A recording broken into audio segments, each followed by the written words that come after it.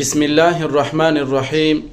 کچېرې ته غواړې چې ما کاروبار یا فکټرۍ یا دوکاندارۍ یا هر یو ما کاروبار ده دا مخې ته لاړ شي، ترقۍ وکړي او دغه دوکان ته یا فکټرۍ ته یا دغه کاروبار ځي ته د رشوله ګګونه جوړ شي، یعنی زیات خلک پر راتلنې بند شي، نو دې دپاره یو څلور اعماله درته ښیم.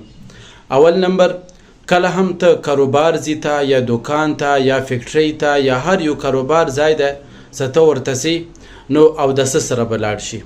نمبر ایک.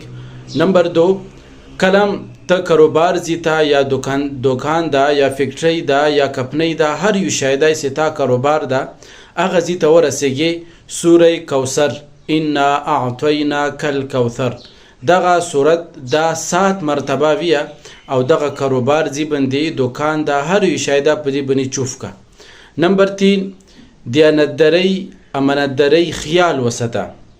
نمبر 4، کله هم د خپل مسلمان ورور سره د دوکې خیال ونستی. دوکې کول د خو لري خبره ده، بلکې دوکې خیال هم ونستی چې خپل مسلمان ورور سره دوکا وکړي.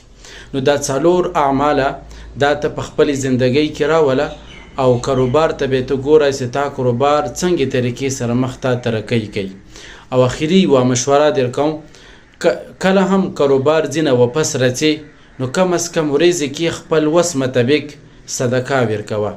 دا صدقه داسې یو شی ده چې دې سره الله تعالی انسان نه مصیبتونه تکلیفونه بلاګانې ختموي.